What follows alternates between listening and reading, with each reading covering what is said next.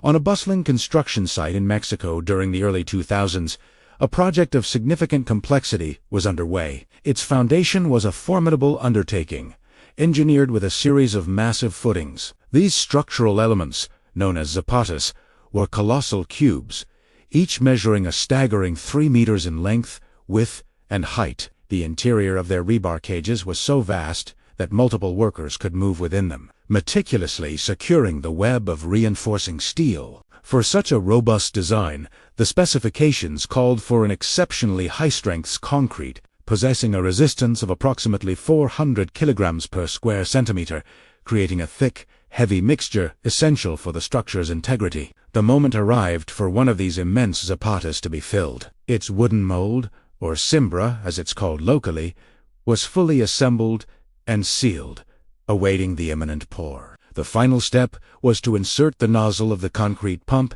and begin the process known as kohler. This delicate operation involves pouring the concrete in stages while using powerful mechanical vibrators. The intense vibration forces out trapped air pockets and ensures the concrete settles completely around the steel.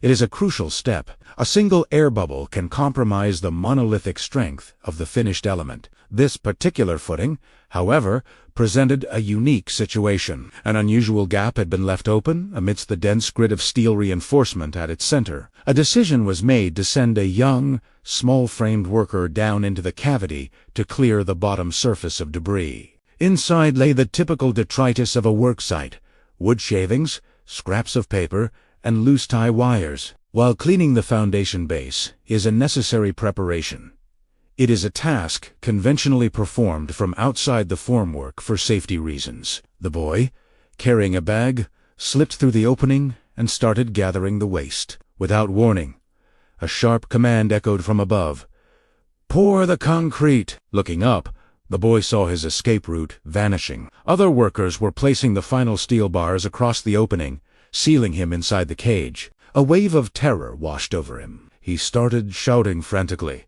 "I'm here! Hey, I'm here! Stop!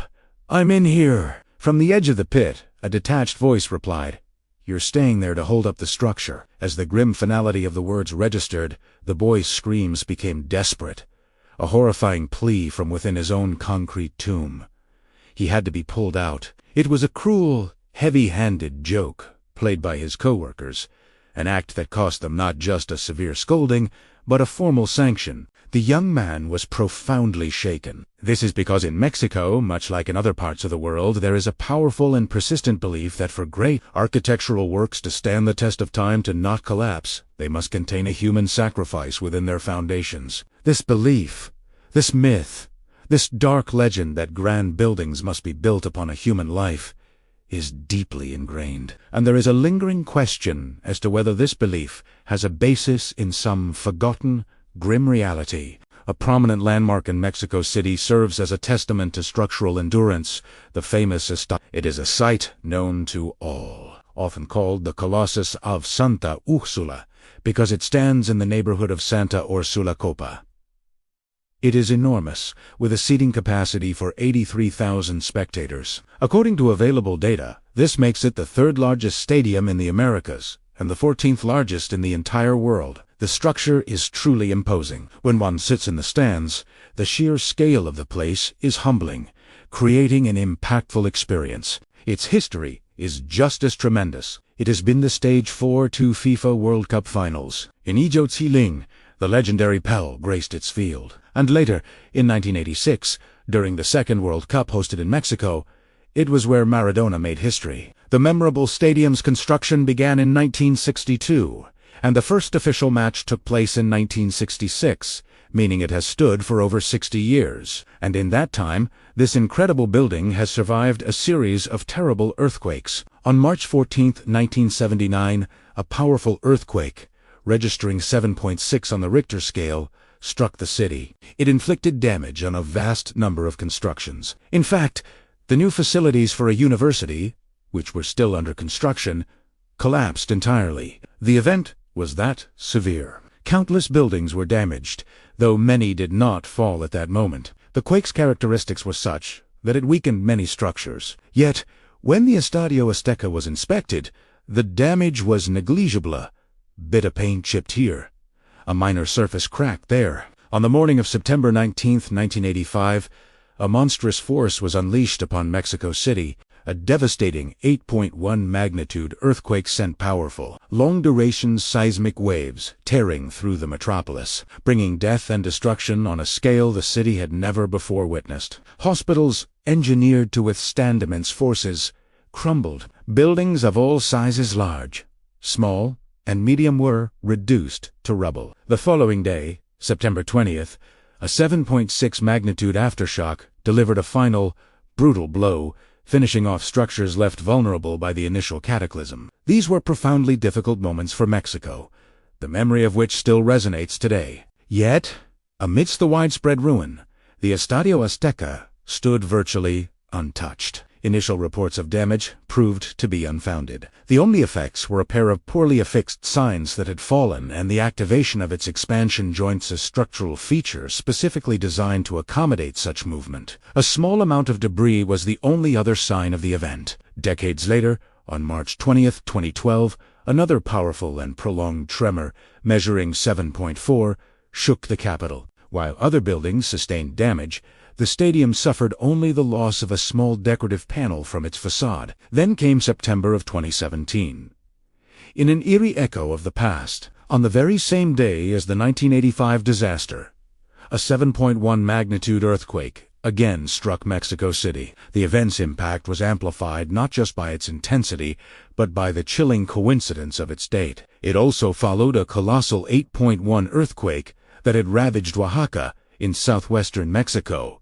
Just 12 days prior, a tremor that had also inflicted damage upon the capital. And once again, the Estadio Azteca remained defiant. Footage captured by onlookers showed the structure swaying, with gigantic fissures appearing to open and close along its frame. What many mistook for catastrophic cracks were the expansion joints, engineered to mitigate seismic forces, performing their function perfectly. Today, nearly 60 years after its construction, the giant still stands, having endured at least 6 catastrophic earthquakes, emerging unscathed from each one. This remarkable resilience has fueled speculation, with some local legends offering their own explanations for its incredible fortitude. A persistent legend is deeply rooted in Mexico City and throughout the country. A dark tale whispering that during the construction of great edifices, workers were entombed within the foundations to guarantee their endurance. In reality, it remains just that.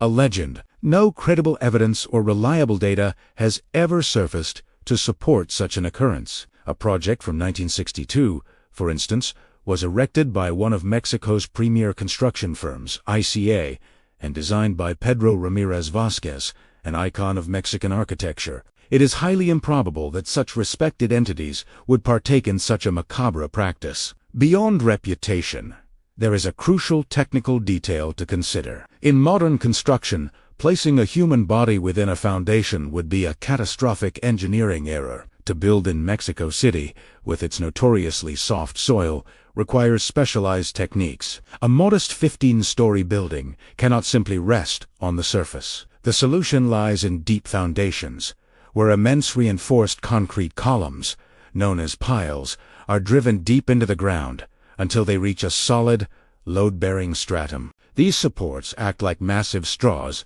anchoring the building to stable earth. These piles, often measuring 1.2 to 1.4 meters in diameter, can extend 20 or even 30 meters deep, depending on the structure's demands. The process is precise.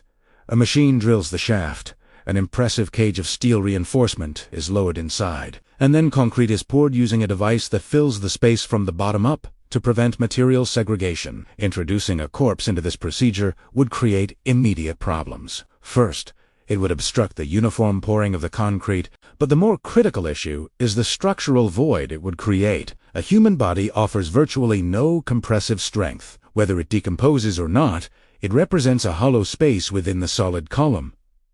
The contrast is stark. A foundation pile is engineered with concrete that can withstand 300 to 350 kilograms per square centimeter. A human body, at most, can resist 8 or 10.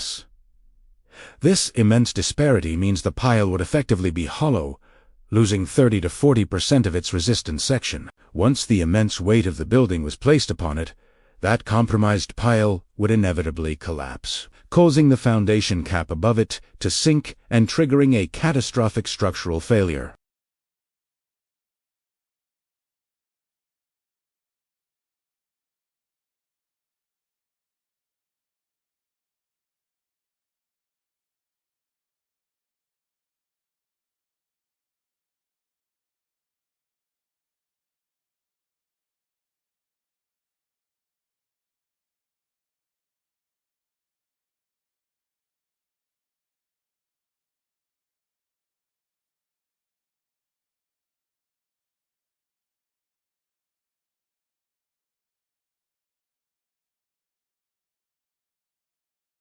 Consequently, a column compromised in this manner would inevitably collapse, pulling the beams down with it. The result would be catastrophic, with cracks spreading throughout the structure, condemning the entire building. Applying the same principle to a concrete retaining wall or a column yields the same disastrous outcome. In modern construction, such a practice is unthinkable. Even within the millions of cubic meters of concrete in a dam, a void the size of a human body would create a fissure. This crack would propagate through the structure until it reached the water, causing a catastrophic breach. While much of this is myth, the underlying structural danger is very real. Beyond being a criminal and inhumane act, it is a fundamental violation of structural integrity. However, this modern understanding of engineering was not always the norm. To explore a different building tradition, we travel to the former Czechoslovakia and the imposing Brest. This remarkable site, which stands to this day,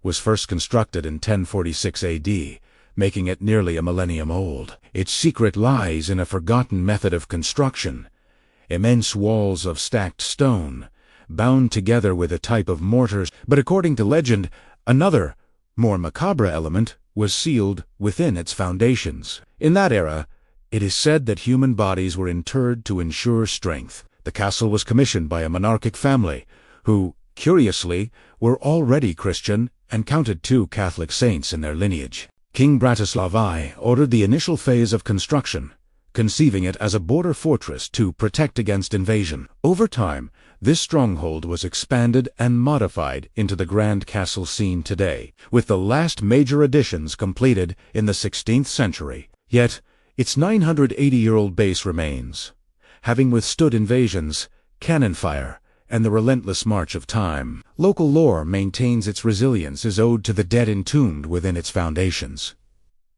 Just another legend, perhaps not. In the year 2020, during extensive work to protect and recover an ancient edifice, a team working on the foundations made a startling discovery, one that confirmed a persistent local legend. Buried within a plinth of the original defensive wall were 3 ancient human bodies, dating back to the era of its construction. They had not been haphazardly entombed. They were laid upon a purpose-built stone bed. The evidence suggests that as the wall was being erected, construction was halted to place these 3 individuals inside. The remains were bound, a clear sign that this was a deliberate ritual, not a construction accident. Alongside them were the oxidized fragments of a metal piece, theorized to be a sword. This finding gave rise to the belief that 3 soldiers had been interred to serve as eternal guardians of the castle. Once they were in place, construction continued, sealing the bodies within the massive stone structure. The verification of their existence in 2020 posed a significant question for the experts. Why would a Christian king, whose own family included 2 canonized saints, permit such a seemingly pagan rite? The explanation is rooted in a deeply held regional belief that a person's soul could protect a building after death. 3 individuals, believed to have been warriors, were chosen for the monumental task of guarding the wall. The metal object, likely a sword, was left with them as a weapon to fight against evil. This practice navigated the boundaries of early Catholic belief, which taught that the dead rested in consecrated ground until the final judgment. Their bodies were to remain intact, and in the intervening centuries, their spirits could serve as protectors. Thus, a story once thought to be a mere legend was proven to be a historical reality. The sheer scale of the foundations made this possible. The structure was built upon enormous walls, up to 4.5 meters wide, where a person could easily be placed before construction continued. While this is a unique archaeological confirmation, legends of this nature are far more ancient. One such story involves Saint Columba, an Irish missionary who journeyed to Christianize Scotland. Among the many accounts of his life is a dramatic encounter with none other than the Loch Ness Monster. The first documented sighting of the creature is, in fact, attributed to Saint Columba around the year 560 AD on the small island of Iona, located just south of Scotland.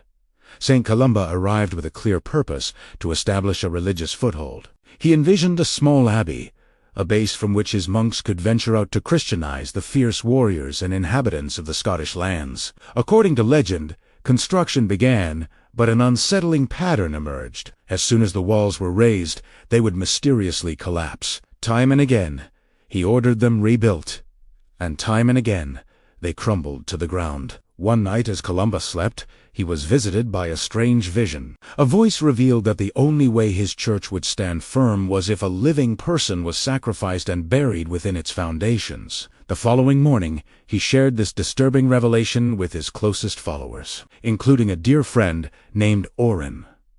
Though horrified by the proposition, Oren ultimately consented, volunteering to be the sacrifice. After some deliberation, the work began. A pit was dug, and Oren was placed inside, quickly covered with earth as Saint Columba prayed nearby. The legend continues that 3 days later, overcome with remorse, Columba decided he must see his friend one last time to offer a final blessing. He ordered his men to excavate the site immediately. As they cleared the earth, they made a shocking discovery.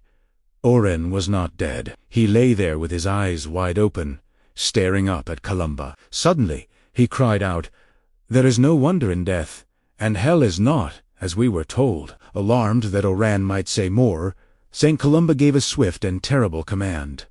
"Cover him up." The men immediately shoveled the earth back over Oren, and construction of the wall commenced directly on top of him. This grim tale is said to be why Iona Abbey is famously haunted, while the building that stands today is a 14th century structure. The original 6th century abbey long since destroyed.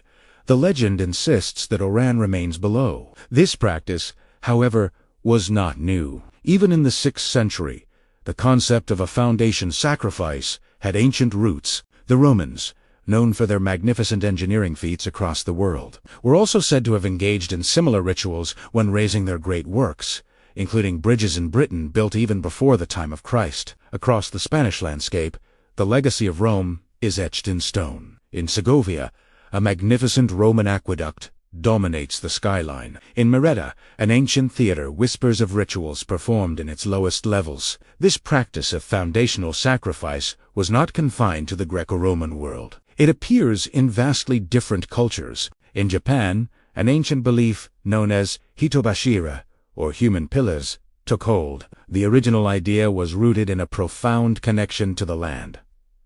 To disturb the earth for construction was to harm its spirit, an act that required compensation in the form of a human life. Over time, this belief evolved. The sacrifice was no longer merely an offering to the earth, but a guardian, placed to protect the new building from demons and hostile spirits. The selection of these guardians was specific. For fortresses and defensive palaces, warriors were buried alive within the foundations. A grim reality, confirmed by archaeological findings. For residential palaces, the role fell to commoners, or, very often, to maidens, who were meant to care for and maintain the structure for eternity. Human remains have indeed been found in many of these buildings, some dating back 600 years, while others are more recent. A prime example is Matsu Castle, completed in 1611.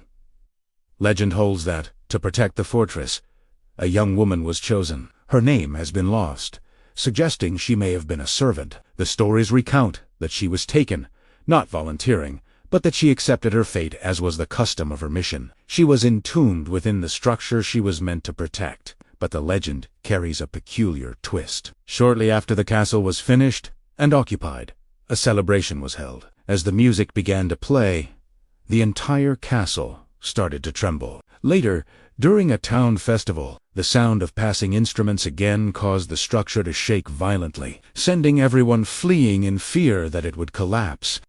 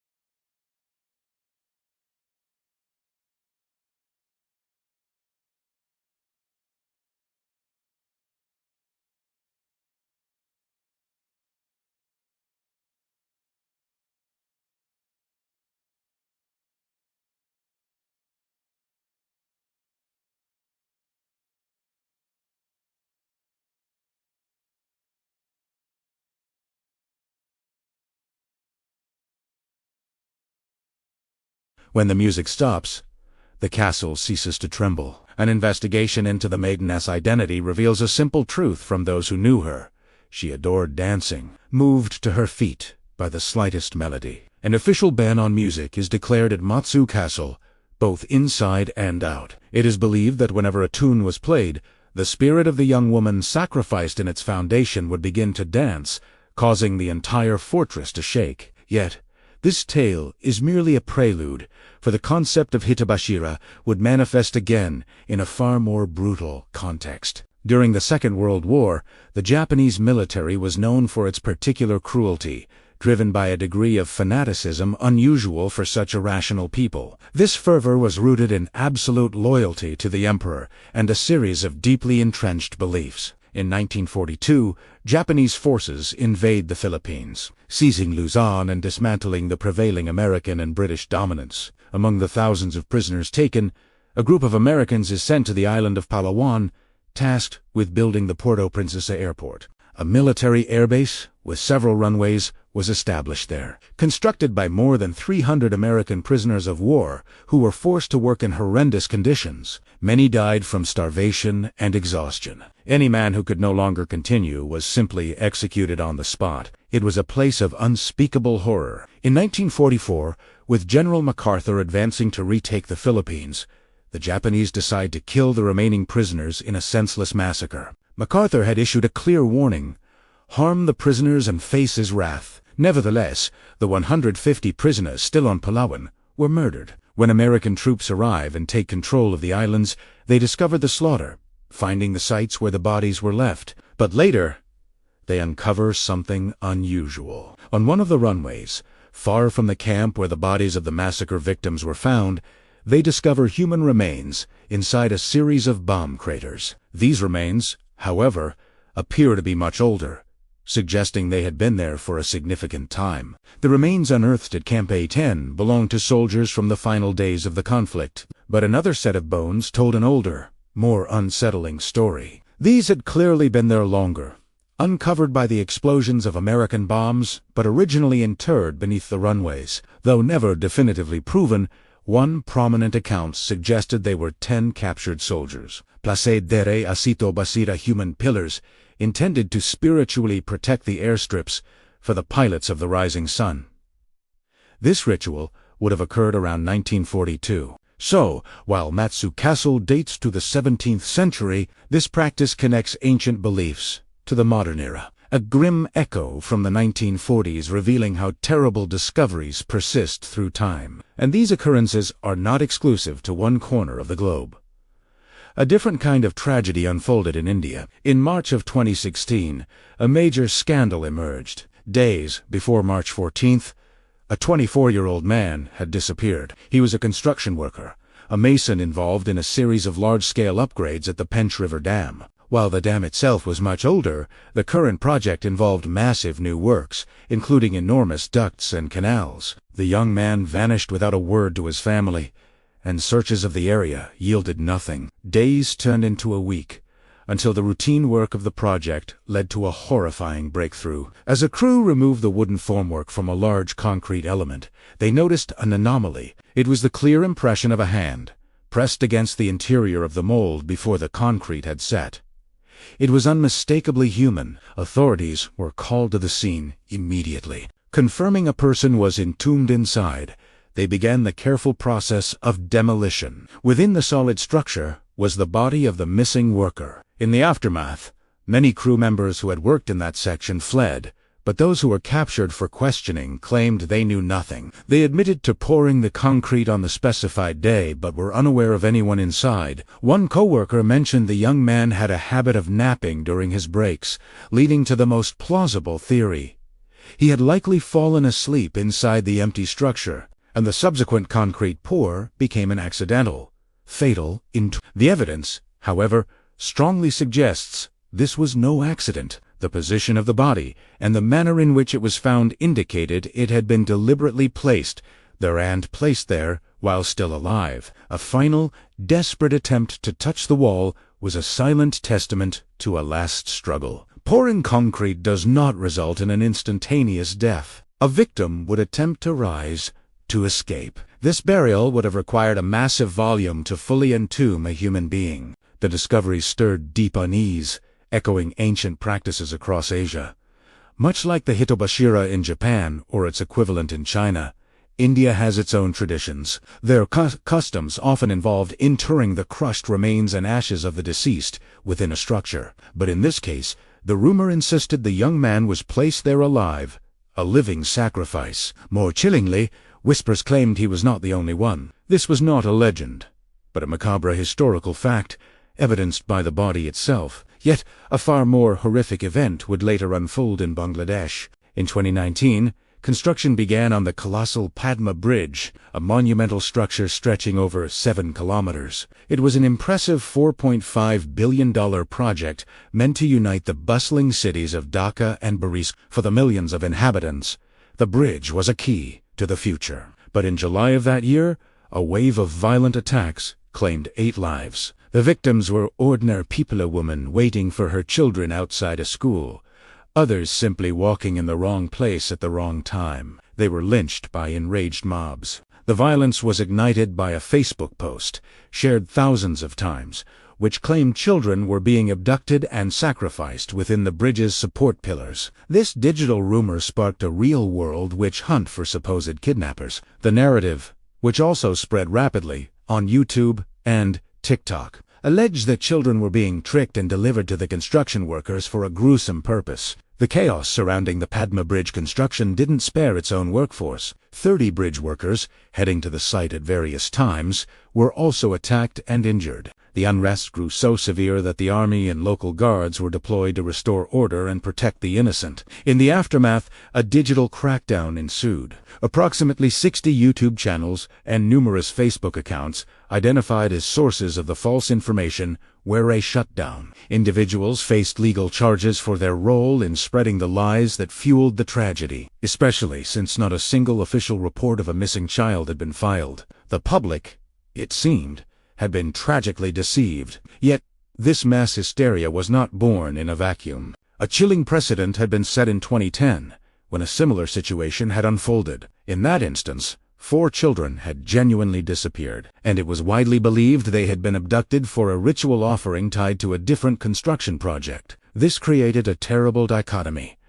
A violent lynching, fueled by ignorance, set against the grim possibility that such horrors could actually occur. This pattern of fear and belief is not isolated. A news story from November 2007 brings the phenomenon into sharper focus, this time in the highlands of Bolivia, where various media outlets echoed a deeply disturbing account from the Amara region. A construction worker, a man with the surname Quispe, recounted a terrifying ordeal. He claimed his own colleagues had deliberately inebriated him before beating him, with the intention of entombing him alive within one of the supports of a new bridge.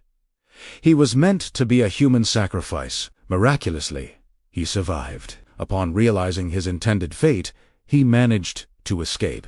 He was discovered days later, hiding in the mountains, physically battered and trembling with fear, found by his wife, family, and neighbors from his community of Porto Acosta. His harrowing story taps into a powerful local belief. In Tiste Rayon, there is a strong tradition of paying tribute to Pact, or Mother Earth.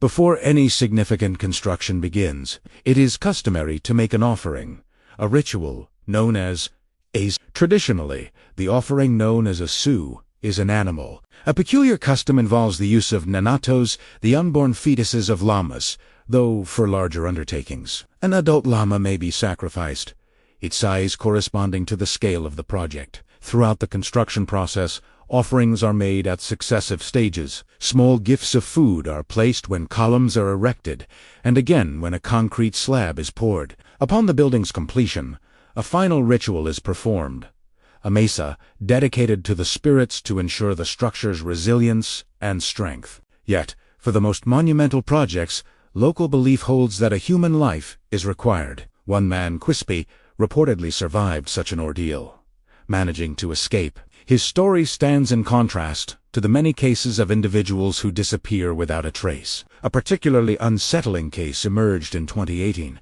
involving the disappearance of a child. This instance, however, was not linked to a building project, but to a mine. Sacrifices are also made to the infamous Chio, Pia, the spirit of the mines, in a ritual equivalent to a foundation offering. That same year, another significant report surfaced of a disappearance connected to supposed work in a mine. These incidents suggest that such practices are not merely colonially or legends or ancient folklore, like the tale of the bridge in Puebla, Mexico. Built in the 1700s, the still functional bridge is said to have 3 or 4 workers entombed within its foundation to protect it from the river. Legend claims that on stormy nights, their voices can be heard, conferring on how to guard the structure. But other cases are far from legend. In 2021, a disturbing discovery was made in Hermosillo, Sonora, in northern Mexico. The body of a young, robust man was found laid beneath the steel reinforcement of a large strip footing. The construction site,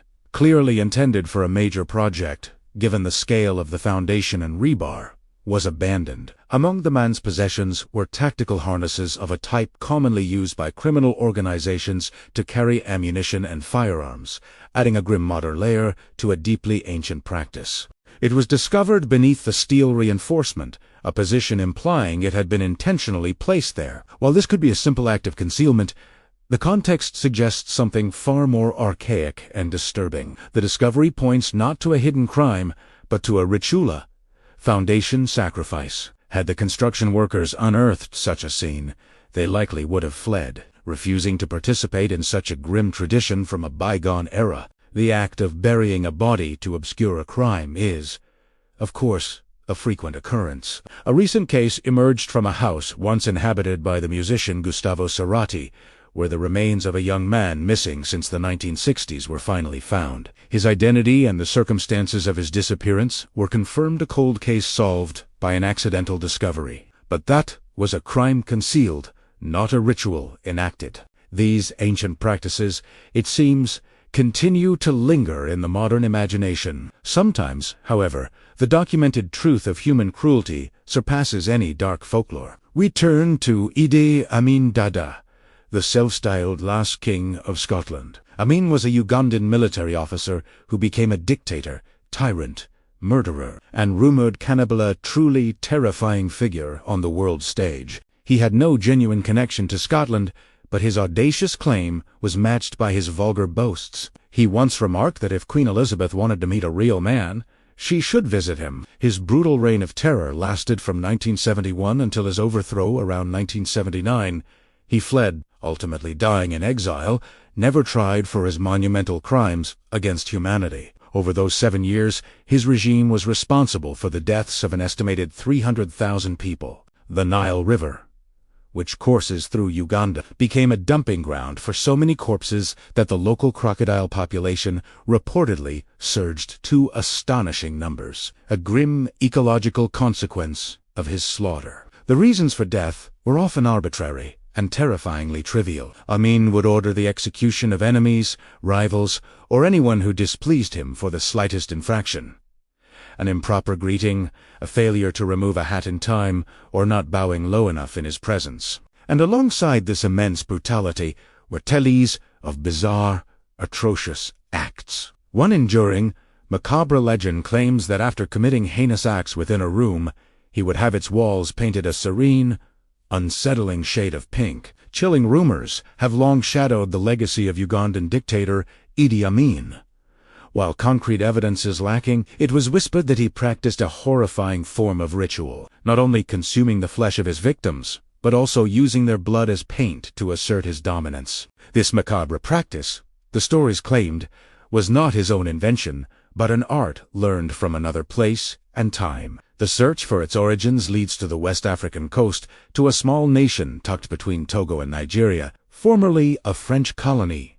This country, smaller than many world capitals like Buenos Aires or Mexico City, holds a site of profound historical significance near its capital, Porto Novo. Here lie the palaces of Abami, the heart of a dynasty that ruled for generations. Within this royal complex is a specific funerary compound, the huts of King Gezo, which for centuries has been the subject of a grim legend. The tale asserted that the huts were painted not with ochre or pigment, but with the blood of human sacrifices, a ritual designed to protect the soul of the deceased monarch. It is this very legend that is said to have inspired Idi Amin to adorn his own private rooms in a similar fashion. Verifying the claims against the dictator is difficult, as many of these locations have since been destroyed, but the huts of Gezo remain a documented UNESCO World Heritage Site. For years, the account of their construction was considered mere folklore. The idea seemed too ghastly to be true. That perception changed dramatically in 2024. During maintenance work, a team of UNESCO researchers conducted a thorough analysis of the hut walls using mass spectrometry. The tests uncovered a complex mixture, alongside unexpected traces of rice and wheat grains. Not native to the region, they found the irrefutable presence of human and chicken hemoglobin. These blood proteins had been combined with various oils and binders to create a lasting, deep red plaster. The scientific findings were conclusive. The legend was true. The walls were indeed coated with human blood. The old stories, once dismissed as myth, suddenly carried the weight of fact, including the claim that 41 individuals were sacrificed to create the sacred paint, 41 being a powerful and sacred number in voodoo belief. Analysts, however, speculate that 41 individuals would not have been sufficient to paint the entire structure, leading some to believe the true number was far greater. What is certain is that the walls were coated in human blood. This historical fact reached Idi Amin in Uganda, who learned that in voodoo tradition, such an act was a method of protection, ensuring the well-being of a monarch's spirit. Inspired, he ordered his own chambers to be painted with blood as part of a construction ritual. Another tale, though it may be pure legend, comes from 16th century Ireland. The Castle of The story holds that the feudal lord commissioning its construction forced his stonemasons to work day and night, without rest, until they collapsed and died. Their blood was then allegedly used to mix the mortar that bound the castle's stones. The grim irony of the legend is that the project was never completed. The supply of stonemasons was exhausted, their lives consumed to create the very mortar of the unfinished fortress. These macabre accounts are not isolated. Similar stories echo across the globe. It is crucial, however, to distinguish legend from fact, particularly in large-scale, modern projects. The construction of the Hoover Dam in the United States during the 1930s, one of the nation's most monumental engineering feats, officially cost 112 lives. A persistent rumor claimed that many of these workers were entombed within the structure, having fallen into the massive concrete pours. Historical records show the dam was built in stages, with concrete poured into enormous individual blocks, not as a single, continuous mass. This process alone makes the rumor improbable. Furthermore, the slow curing process of concrete would have allowed a person ample time to be rescued. Most critically, leaving a body within the concrete would have introduced a structural weakness, a fatal flaw that would compromise the integrity of the entire dam. From an engineering standpoint, it was simply not a feasible or acceptable risk.